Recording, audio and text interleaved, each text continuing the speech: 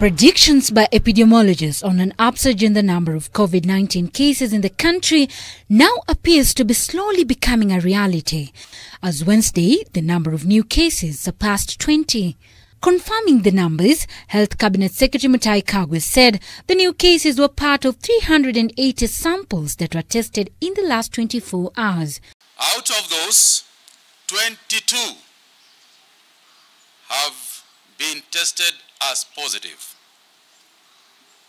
This is the largest number that we have received in a single day. Kagwe adding that of this number, 13 were male and 9 female, whose ages ranged between 23 and 71 years. These are not people who are in those counties. These are not people who have been tested in those counties. And these are people who have not arrived in those counties because they are in quarantine. And they are quarantined as they came through the airport. The residents are as follows: Kakamega County, 1 resident; Kiambu County, 2 residents; Kilifi County, 1 resident; Machakos County, 1 resident; Mombasa County, 7 residents; Muranga County, 1 resident; Nairobi County, 1 resident; Nyamira, 1 resident; and international, the 4 that I have said, from 2 each, from Cameroon and from Pakistan.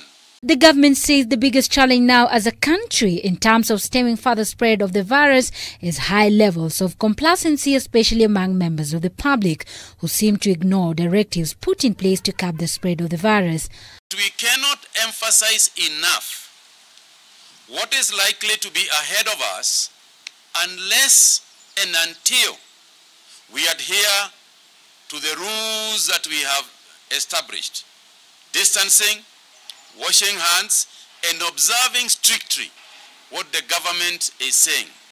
Early in the week, the government had predicted an increase in the number of infections during this month of April, calling on Kenyans to help in the fight against the virus by complying to the set precautionary measures.